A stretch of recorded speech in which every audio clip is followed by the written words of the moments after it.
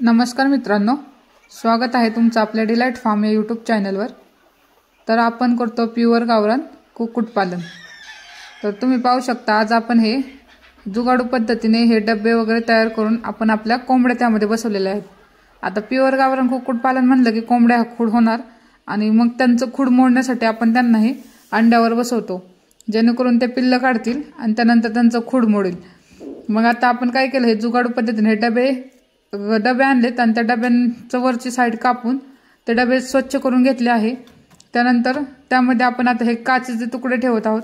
आता ही काच आपल्याकडे स्क्रॅप मध्ये पडून होती म्हणून आपण ती डब्यांमध्ये यूज करतोय, पण याच्या ऐवजी तुम्ही फरशी वगैरे काही यूज करू शकता, जेणेकरून आपला डबा हलणार नाही। काय होतं, प्रत्येक वेळी कोंबडी खायच्या वेळेस जेव्हा आत बाहेर करते तेव्हा तो डबा हलण्याची शक्यता असते, त्यामुळे आपण एक काच त्यामध्ये यूज केली आहे। आता काच यूज केल्यानंतर आपण त्यावर तूस टाकणार आहोत।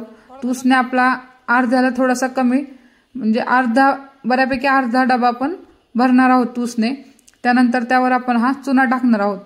आता चुना टाकण्याचं कारण म्हणजे आता यामध्ये कोणत्याही प्रकारचा बॅक्टेरिया तयार होऊ नये, आपल्या कोंबडीला याचा काही त्रास होऊ नये, त्यामुळे आपण हे चुना वापरला। चुन्यानंतर आपण त्यानंतर हळद ही वापरलेली आहे, ती पण तेच काम करते चुन्यासारखंच सेम।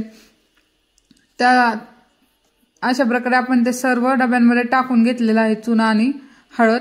आता चुना आणि हळद टाकल्यानंतर आपण काय करणार, आपण जे पोती आणलेले आहेत, जी की सुतुळीचे विणलेले असतात, जी की ज्याच्यापासून ऊब मिळते, तशी पोते आपण कट करून घेतलेले आहेत त्या साईज मध्ये, आणि ती पोते आपण आता तूसवर ठेवणार आहोत आणि त्याच्यामध्ये थोडासा खड्डा करणार आहोत। आता ही पोती ठेवायची का, तर आपण जे अंडे ठेवणार त्याला ऊब मिळावी म्हणून। आता वरच्या साईडने तर कोंबडीची ऊब मिळणारच आहे, त्यामुळे मग आज जास्त ऊब मिळण्यासाठी आपण ती पोतीवर यूज केलेली आहेत।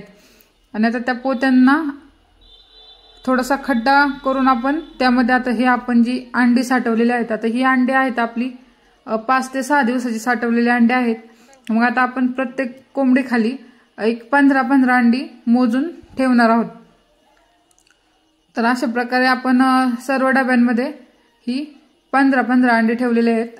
आता सध्या आपल्या कोंबड्या ह्या 11 कोंबड्या खूड आहेत, त्यामुळे आपण प्रत्येक कोंबडी खाली 15 अंडे ठेवणार आहेत।